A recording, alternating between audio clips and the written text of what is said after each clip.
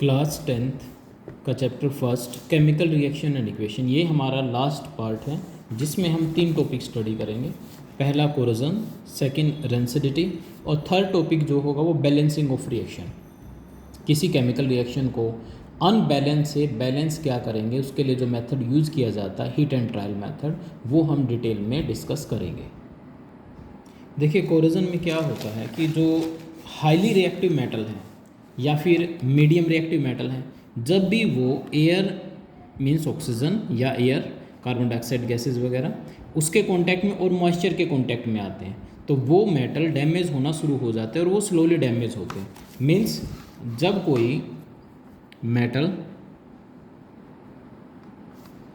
Air के और moisture के कांटेक्ट में आएगा तो वो बहुत ही स्लो प्रोसेस से डैमेज होना शुरू हो जाते हैं। This damaging of metal due to the air and moisture is called the corrosion. अब अगर एग्जांपल लेते हैं, जैसे सिल्वर के केस में, अगर सिल्वर को हम सल्फ़र के साथ रिएक्ट करवाएं या सल्फ़र के प्रेजेंस में अगर उसको रखा जाता है तो सल्फ़र के साथ रिएक्ट करके सिल्वर का जो कलर है वो चेंज होके हो जाता है ब्लैक कलर। ये भी एक कोरोजन है। ये कोरोजन किसका है? सिल्वर का। अब क्वेश्चन इसमें आता है, जो सिल्वर है जो ब्लैक कलर कंपाउंड बनाती है सल्फ़र के साथ रिएक्ट करके, उसका नाम क्या है? वो है सिल्वर सल्फाइड। एक क्वेश्चन इसमें से आता है कि सिल्वर जब कोरोजन होता है सिल्वर का, या वो रिएक्ट करता है एयर में, किसके साथ रिएक्ट करता है? पहला तो वो सल्फ़र के साथ रिएक्ट करता है और कौन सा प्रोडक्ट बनाता है? वो बनाता है सिल्वर सल्फाइड। उसका कलर होता है ब्लैक। अगर यहीं पे कॉपर लें हम, कॉपर रिएक्ट करता है एयर में प्रेजेंट कार्बन डाइऑक्साइड के साथ और वो बनाता है कॉपर कार्बोनेट। कार्बोनेट का फॉर्मूला है CO3, तो वो कॉपर कार्बोनेट बनाता है जिसका कलर होता है ग्रीन। मीन जो खुद कॉपर का कलर है वो ब्राउन कलर है, ब्राउन कलर से वो ग्रीन कलर में कन्वर्ट होता है। तो सेकंड क्वेश्चन ये बनता है, जो ग्रीन कलर का कंपाउंड बनता है उसका नाम क्या है? वो बनेगा कॉपर कार्बोनेट। और किसके साथ रिएक्ट करता है कॉपर? कार्बन डाइऑक्साइड के साथ। वैसे ही अगर आयरन लेते हैं, आयरन को अगर एक्सपोज करते हैं वाटर मीन्स मॉइस्चर या वाटर और ऑक्सीजन के प्रेजेंस में अगर इसको रखते हैं तो इसमें बनता है फेरिक ऑक्साइड। फेरिक ऑक्साइड जिसका केमिकल फॉर्मूला है Fe2O3। मीन्स जो आयरन खुद कन्वर्ट हो जाता है रेडिश ब्राउन, एक प्रोडक्ट बना देता है अपने ऊपर, एक लेयर बना लेता है, कोटिंग बना लेता है reddish brown. This reddish brown layer is called rust. Iron के केस में जो कोरोजन होता है उस प्रोसेस को हम नाम देते हैं रस्टिंग। तो 3 क्वेश्चन हमारे यहाँ से बनते हैं। पहला तो सल्फर का जब कोरोजन होता है तो किस कलर का कंपाउंड बनता है? ब्लैक कलर का। कंपाउंड का फॉर्मूला क्या है? Ag2S। किसके साथ रिएक्ट करता है? सल्फर के साथ, तो बनाता है सिल्वर सल्फाइड। दूसरा कॉपर खुद ब्राउन कलर का है लेकिन वो एयर में प्रेजेंट कार्बन डाइऑक्साइड के साथ रिएक्ट करके कॉपर कार्बोनेट बनाता है जिसका कलर होता है ग्रीन। तो ब्राउन से ग्रीन कलर की लेयर उसके ऊपर बन जाती है। वैसे आयरन है, आयरन वाटर यानी मॉइस्चर और ऑक्सीजन के साथ रिएक्ट करके फेरिक ऑक्साइड बना देता है Fe2O3 जो रेडिश ब्राउन कलर की है, जिसको हम रस्ट नाम देते हैं और प्रोसेस को नाम देते हैं रस्टिंग। तो इसको यहाँ से हम डिटेल में लिख सकते हैं। The process of slowly damaging of metals by the action of air and moisture। Moisture या एयर की प्रेजेंस में या उसके साथ रिएक्ट करने पर किसी भी मेटल के सरफेस का डैमेज होना, that is called the corrosion. Silver sulphur के साथ रिएक्ट करके सिल्वर सल्फाइड जो ब्लैक कलर का प्रोडक्ट बनाता है, लिखा हुआ है जो ब्लैक कलर का प्रोडक्ट है वो बनेगा सिल्वर सल्फाइड। वैसे ही कॉपर खुद ब्राउन कलर का है, यहाँ पे लिख देते हैं ब्राउन कलर का, और जो प्रोडक्ट बनता है वो ग्रीन कलर का प्रोडक्ट बनता है। ये इसकी डिटेल में। और आयरन रिएक्ट करता है वाटर और ऑक्सीजन के साथ, वो रेडिश ब्राउन कलर का कंपाउंड बनाता है जिसका फॉर्मूला है Fe2O3, ये फेरिक ऑक्साइड का है, जबकि रस्ट का फॉर्मूला होता है Fe2O3 इंटू XH2O। तो ये याद रखना, रस्ट का फॉर्मूला क्या है, Fe2O3 इंटू XH2O, और कलर होता है रेडिश ब्राउन। और स्पेशली अगर आयरन में कोरोजन होता है, that process is called the rusting. Chemical formula हो गया। जबकि जो सिल्वर और गोल्ड, दो मेटल है सिल्वर और गोल्ड, ये रिएक्ट नहीं करते, इनका कोरोजन नहीं होता। मीन्स सिल्वर का होता है सिर्फ तब होता है जब सल्फर होती है। मीन्स नॉर्मल एयर में, ऑक्सीजन में या कार्बन डाइऑक्साइड के प्रेजेंस में ये रिएक्शन नहीं करते, because they are noble metal. Noble metal कौन से होते हैं, जिनकी रिएक्टिविटी बहुत कम होती है, जो बहुत कम रिएक्टिव होते हैं, नॉन रिएक्टिव मेटल होते हैं। They are not attacked by the air and moisture. Rusting के लिए आयरन के केस को अब डिटेल में स्टडी करेंगे।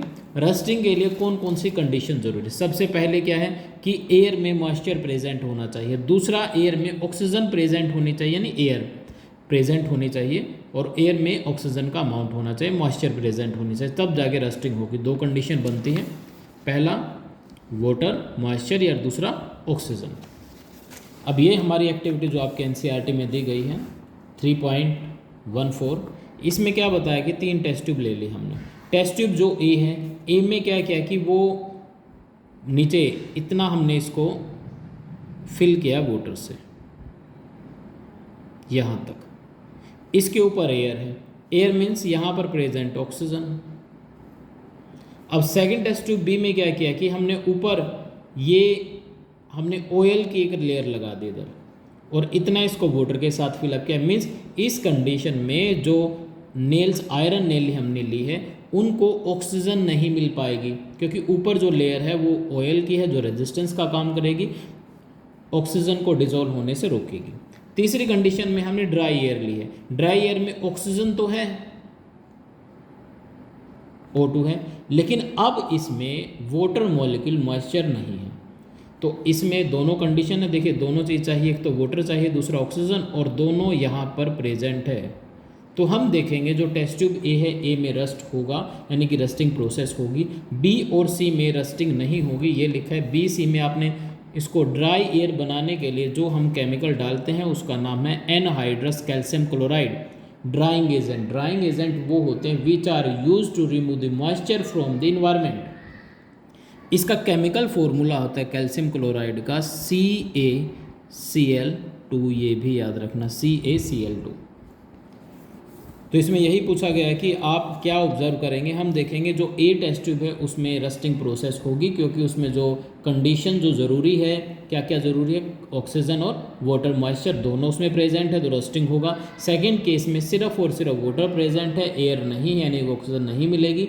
और थर्ड केस में ड्राई एयर है, मीन्स मॉइस्चर नहीं। और ड्राई एयर कब बनी, जब हमने उसमें ऐड किया एनहाइड्रस कैल्शियम क्लोराइड, जो ड्राइंग एजेंट है। तो ये हमारी जो एक्टिविटी है 3.14। अब कौन कौन से मेथड है जिससे रस्टिंग को रोका जा सकता है। पहला, पेंट करके। सेकंड, ऑयल या ग्रीस, जो आयरन सरफेस है उसके ऊपर ऑयल लगा दे, ग्रीस लगा दे, जो हम मशीन्स में यूज़ करते हैं, इंजन में यूज़ करते हैं। दूसरा, आयरन के ऊपर एक कोटिंग प्लास्टिक की कर दे, आयरन है उसके ऊपर प्लास्टिक की कोटिंग कर दे, लेयर कर दे, तो भी रस्टिंग से बचा जा सकता है। Next, electroplating. इलेक्ट्रोप्लेटिंग में क्या होता है कि आयरन के सरफेस के ऊपर किसी दूसरे मेटल की एक लेयर बना देते हैं, दूसरे मेटल की लेयर आयरन के सरफेस के ऊपर लगा देते हैं by the process of electrolysis, ऐसे, जो इसको प्रोटेक्ट करती है। अलॉय बना के आयरन में या किसी भी मेटल को जिसका कोरेजन होता है उसमें कोई दूसरा मेटल ऐड करके अलॉय बना देते हैं। अलॉय का मतलब होता है these are form by the mixing of two metal. और सबसे इम्पोर्टेंट आते हैं गैल्वेनाइजेशन। गैल्वेनाइजेशन वो प्रोसेस है जिस प्रोसेस में आयरन के सरफेस के ऊपर एक लेयर हम बनाते हैं, लगाते हैं, और वो लेयर होती है जिंक की, Zn। या आयरन है, आयरन के सरफेस पर अगर जिंक की लेयर लगा देते हैं, जिंक आयरन से ज़्यादा रिएक्टिव होता है, means coating the surface of iron object with a thin layer of zinc, this process is called the galvanisation. तो ये कुछ मेथड है जिसमें हम आयरन को प्रोटेक्ट कर सकते हैं by the from the process of rusting. Alloy की यहाँ पे डेफिनेशन लिखना, this are form by the mixing of two metal और वन मेटल और non metal. Then the what are the disadvantages of corrosion और रस्टिंग। रस्टिंग की वजह से जो आयरन ऑब्जेक्ट है वो डैमेज होते हैं, चाहे उसमें कारबोडीज हो, ब्रिजेस हो, या फिर रेलवे लाइंस हो, शिप्स हो। तो ये सारे ऑब्जेक्ट जो मेटल से बने हैं, स्पेशली आयरन से बने हैं, वो हर साल डैमेज हो जाते हैं। वो काफ़ी कॉस्टली प्रोसेस आती है, इकोनॉमिकली काफ़ी इसमें डैमेज होता है। नेक्स्ट है एडवांटेज। क्या कोरोजन में कुछ फ़ायदा भी है किसी को कोरोजन का? तो यहाँ पे एक एग्जांपल आता है एल्युमिनियम। जैसे ये मान लीजिए एल्युमिनियम का सरफेस है, एल्युमिनियम जब रिएक्ट करता है एयर के साथ तो एक लेयर बना लेता है अपने सरफेस पर एल्युमिनियम ऑक्साइड की। अब मान लीजिए ये तो एल्युमिनियम हुआ, एल्युमिनियम ये जो बाहर का सरफेस है एल्युमिनियम का, ये एयर के साथ रिएक्ट करके एल्युमिनियम ऑक्साइड की एक लेयर बना लेता है ऊपर अपने। ये जो लेयर बनी है एल्युमिनियम ऑक्साइड की, ये नीचे वाले एल्युमिनियम को प्रोटेक्ट करेगी। जब तक ये लेयर रहेगी तब तक नीचे जो एल्युमिनियम है वो प्रोटेक्ट रहेगा, वो सेफ रहेगा, उसका कोरोजन नहीं होगा। वैसे जो पार्ट एल्युमिनियम का एयर में एक्सपोज है वहाँ पर ये लेयर बन जाती है जो फर्दर कोरोजन को रोकती है। जबकि आयरन के केस में क्या होता है, आयरन केस में जब कोरोजन होता है तो मान लीजिए ये सरफेस आयरन का जो एक्सपोज्ड है, ये वाला पार्ट जो एयर में एक्सपोज्ड है, तो होगा क्या कि ये पार्ट डैमेज होगा, और जैसे पार्ट डैमेज होगा तो नीचे वाला जो पार्ट है वो एक्सपोज होगा। जब ये लेयर रस्ट की लेयर उतर जाती है तो नीचे वाली लेयर फिर डैमेज होना शुरू हो जाती है। उसके बाद जब नीचे वाली लेयर डैमेज हो जाती है तो उससे नीचे की लेयर डैमेज होना शुरू हो जाती है। तो इसमें क्या होगा कि पूरा का पूरा आयरन ख़त्म हो जाता है। जबकि एल्युमिनियम के केस में वही प्रोसेस, कोरोजन प्रोसेस, एल्युमिनियम को प्रोटेक्ट करती है from the further corrosion. Inner surface जो एल्युमिनियम का वो प्रोटेक्टेड रहता है। ये सब इसमें लिखा हुआ है, तो आप इसको रीड कर सकते हो। तो ये पॉजिटिव पॉइंट बताया, एक पॉजिटिव पॉइंट है कोरोजन का, और डैमेजिंग या डिसएडवांटेज आपको बता दी। अब सेकंड टॉपिक आता है रेंसिडिटी। रेंसिडिटी में क्या होता है, कोई भी फूड आइटम जो जिसमें फैट या ऑयल प्रेजेंट है, वो अगर एयर के मीन्स ऑक्सीजन के कांटेक्ट में रहता है तो धीरे धीरे उसका ऑक्सीडेशन होना शुरू हो जाता है, और ऑक्सीडेशन होने के बाद उसका जो टेस्ट है, उसकी जो स्मेल है, वो दोनों चेंज हो जाती है। इस पूरी प्रोसेस को हम नाम देते हैं रेंसिडिटी। मीन्स फूड, कौन सा फूड, ऑयल और फैट जिसमें प्रेजेंट है, जब वो एयर मीन्स ऑक्सीजन के कांटेक्ट में आता है तो उसका ऑक्सीडेशन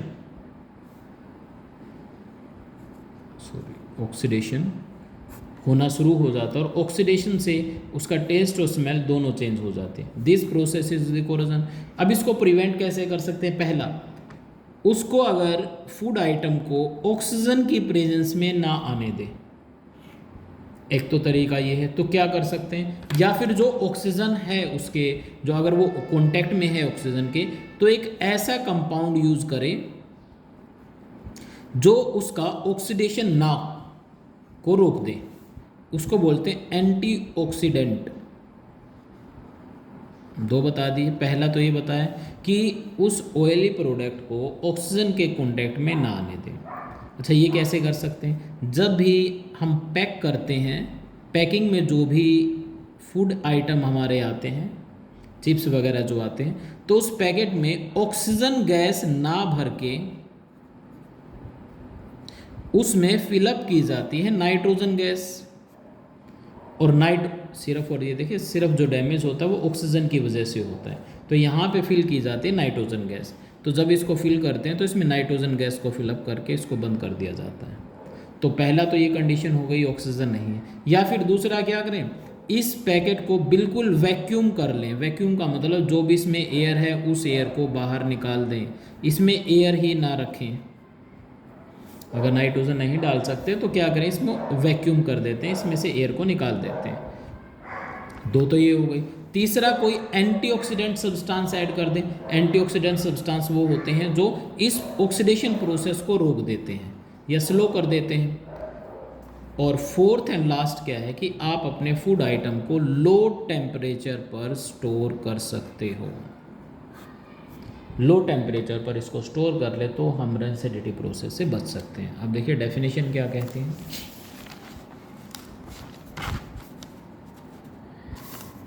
व्हेन ऑयल और फैट और फूड, वो फूड दैट कंटेनिंग ऑयल और fat are expose to the air, जब एयर के कॉन्टैक्ट में आता है या ऑक्सीजन के कॉन्टैक्ट में आता है तो उसका ऑक्सीडेशन होना शुरू हो जाता है। That get become rancid and this change this smell and the taste of the food.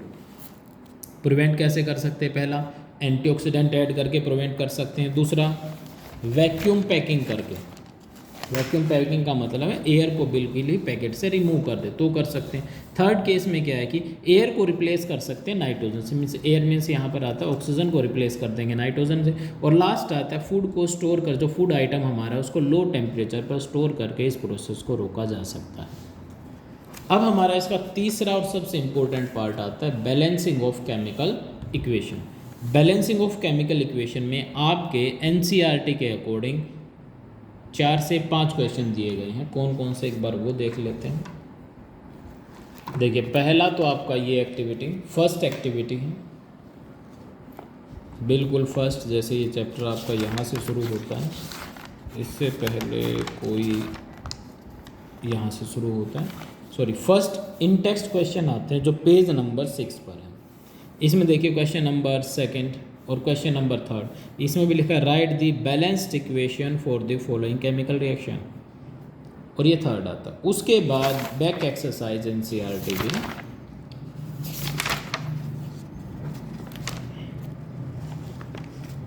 Question number 5, question number 6, 7, 8, 4 और 2, 6 आपके एनसीईआरटी में 6 क्वेश्चन दिए गए हैं। अब इनको डिस्कस करेंगे कि आप किसी रिएक्शन को बैलेंस कैसे कर सकते हो।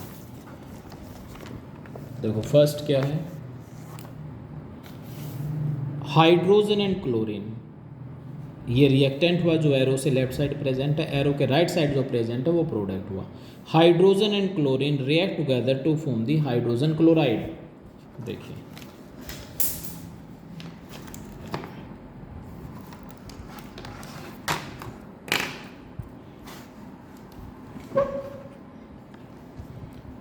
फर्स्ट एग्जांपल इसमें सोल्ड आपका है जो बैलेंसिंग ऑफ इक्वेशन में है।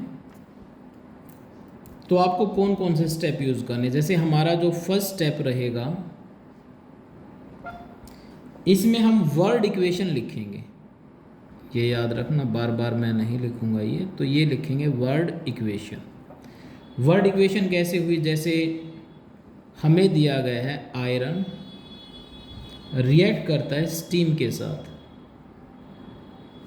और इससे बनता है मैग्नेटिक, कुछ आपको याद भी करना पड़ेगा इसमें, जैसे मैग्नेटिक ऑक्साइड ऑफ आयरन, ये फॉर्मूला नहीं देगा तो आपको फॉर्मूला पता होना चाहिए मैग्नेटिक ऑक्साइड ऑफ आयरन का। और हाइड्रोजन, याद रखें जब भी हाइड्रोजन लिखा जाए तो वो हाइड्रोजन गैस होती है, अकेला हाइड्रोजन लिखा जाए तो हाइड्रोजन गैस, और हाइड्रोजन गैस को हम फॉर्मूला इसका H2 की फॉर्म में लिखते हैं। अब आते हैं सेकंड स्टेप पे। सेकंड स्टेप में हमें अनबैलेंस्ड इक्वेशन लिखनी है। इस इक्वेशन को सिंबल की फॉर्म में लिखना है, अनबैलेंस्ड इक्वेशन लिखेंगे। अनबैलेंस्ड में जैसे आयरन का फॉर्मूला लिखेंगे Fe प्लस स्टीम का formula steam means water H2O, गैसीय स्टेट में होती है वो। मैग्नेटिक ऑक्साइड ऑफ आयरन का फॉर्मूला है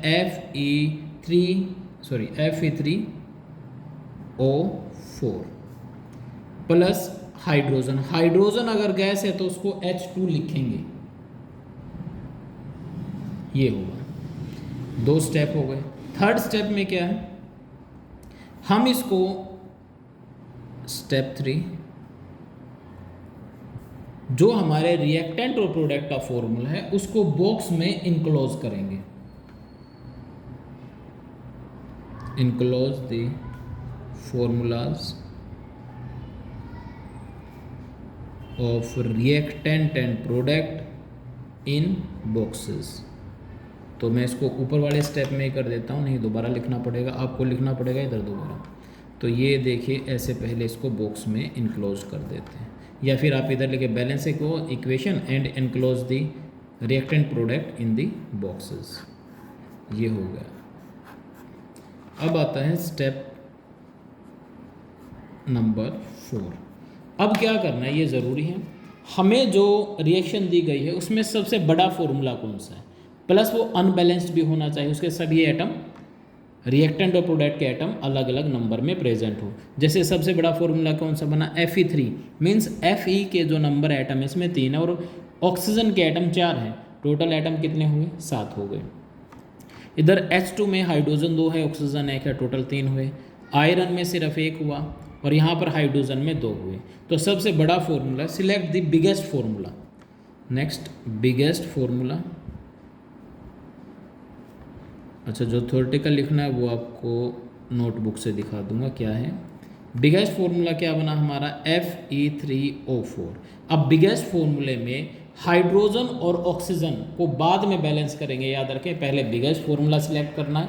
बिगेस्ट फॉर्मूले से में हाइड्रोजन ऑक्सीजन को छोड़ देंगे, इनको बाद में बैलेंस करेंगे। पहले हाइड्रोजन ऑक्सीजन के अलावा क्या बचता है इसमें, आयरन बचता है। आयरन 3 है, इधर इधर कितने हैं, 1 है। तो हम क्या करेंगे, रिएक्टेंट साइड 3 आयरन लगा देंगे, मीन्स इस फॉर्मूले में से भी सिर्फ Fe को बैलेंस करेंगे पहले।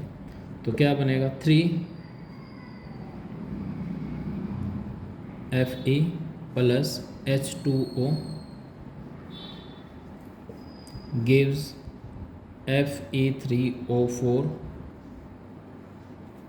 Plus H2। इनबॉक्स कर दीजिए।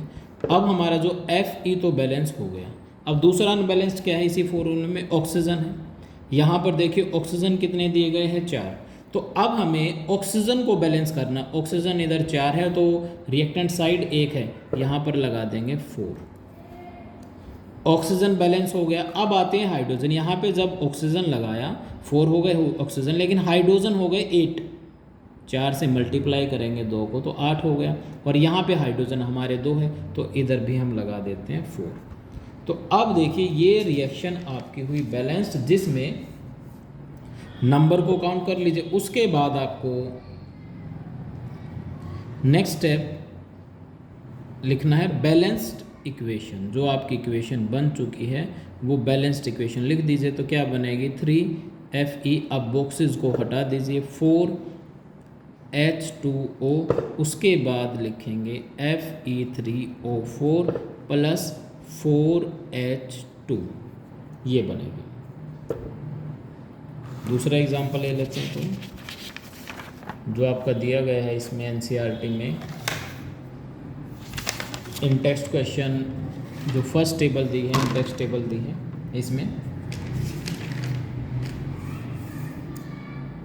इसमें देखिए क्या दिया है। अब इसके अकॉर्डिंग कर लेते हैं। Hydrogen plus chlorine, this form the hydrogen chloride. तो हमें हाइड्रोजन अकेला लिखा गया तो उसको लिखेंगे H2। क्लोरीन, अब कौन कौन से 2 की फॉर्म में लिखने, कन्फ्यूजन हो जाएगा तो ये देख लें। हाइड्रोजन,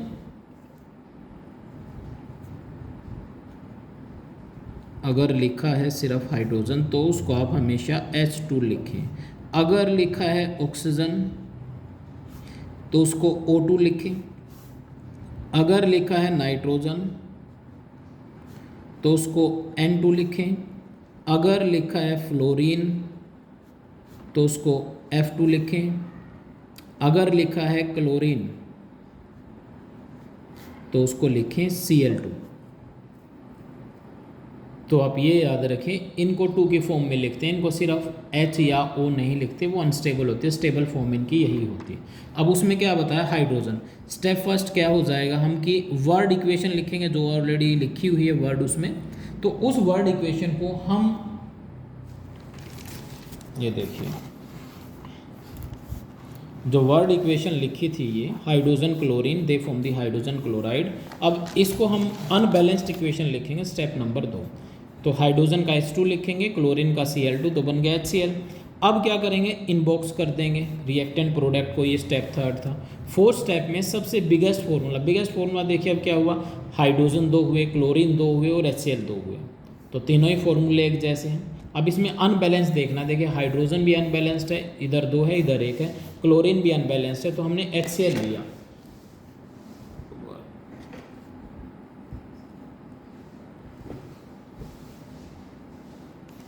अब HCl में बिगेस्ट फार्मूला HCl, तो हाइड्रोजन देखिए इधर 1 है और इधर 2 है, क्लोरीन 1 है, क्लोरीन 2 है, तो पहले हाइड्रोजन और ऑक्सीजन को छोड़ के जो बचता है उसको बैलेंस कर लीजिए। क्लोरीन 1 है तो इधर 2 है, तो इधर हमें 2 लगाना है, तो इधर लगाते थे 2 लगाने के बाद अब काउंट करते हैं क्या दोनों तरफ नंबर इक्वल है। देखिए हाइड्रोजन 2 हो गए, इधर भी हाइड्रोजन 2 हो गए, क्लोरीन 2 हो गए, इधर भी क्लोरीन 2 हो गए, तो हमारी ये बन गई बैलेंस्ड इक्वेशन। नेक्स्ट NCERT इन टेक्स्ट, ये फर्स्ट इन टेक्स्ट आपका है, इसका क्या दिया है, बेरियम क्लोराइड एल्यूमिनियम सल्फेट। तो सबसे पहला टास्क आपके लिए हो जाता है कि आपको फॉर्मूले बनाने आने चाहिए, इसीलिए जो सबसे पहली वीडियो थी उसमें केमिकल फॉर्मूले सिखाए गए हैं कि कैसे बनाते हैं। क्या लिखा गया, बेरियम क्लोराइड का फॉर्मूला क्या होता है, ये आपको क्लास 9th में मिलेंगे या फर्स्ट वीडियो में भी है, सारे फॉर्मूले दिए हुए हैं। अब देखिए बेरियम क्लोराइड में बेरियम का फॉर्मूला होता है Ba2 पॉजिटिव, क्लोराइड का होता है Cl नेगेटिव। तो इनका जो चार्जेस है वो नीचे लिख लें, इसके 2 चार्जेस है तो 2 आ जाएगा, इधर 1 आ जाएगा, क्रॉस मल्टीप्लाई कर देंगे इसको, तो बेरियम बनेगा 1 और क्लोरीन बनेंगे 2, फॉर्मूला बन जाएगा BaCl2। इधर एल्यूमिनियम सल्फेट में एल्यूमिनियम Al और इस पर चार्ज आता है 3 पॉजिटिव, सल्फेट का फॉर्मूला है SO4 2 नेगेटिव, तो इधर 3 लिखेंगे और इधर 2 लिखेंगे, क्रॉस मल्टीप्लाई करेंगे इसको, तो ये बनेगा Al2। अब SO4 इसमें क्या हुआ, इस आयन में 1 से ज़्यादा एटम है, तो इसके लिए आपको ब्रैकेट यूज़ करनी पड़ेगी और नीचे आएगा 3, तो ये फॉर्मूला बनेगा। अब जाते क्वेश्चन पर। तो पहले सेकंड और थर्ड स्टेप में क्या था, दोबारा नहीं लिखे क्योंकि आप ये आपको लिखने पड़ेंगे इधर। तो सेकंड और थर्ड स्टेप में क्या था कि आप इसको सिंबल की फॉर्म में लिख लें, लिखने के बाद इनबॉक्स कर दें।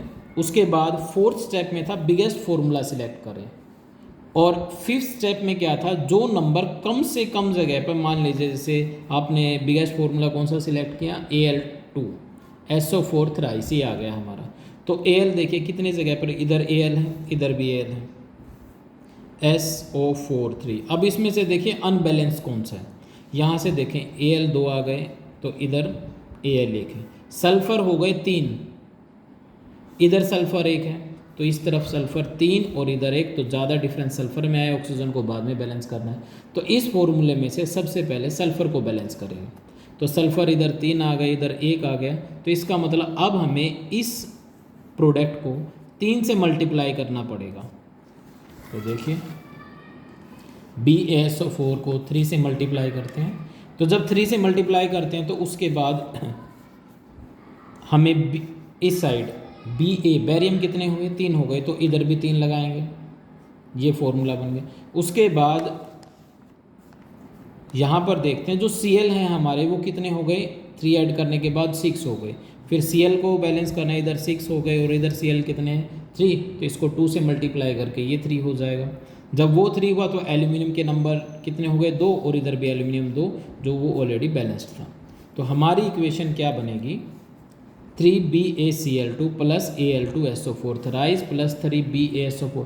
तो आपको ऐसे सारे एग्जाम्पल करने, इसमें सारे दिए हुए हैं पर इसमें कवर नहीं होंगे, काफ़ी लंबी वीडियो हो जाएगी।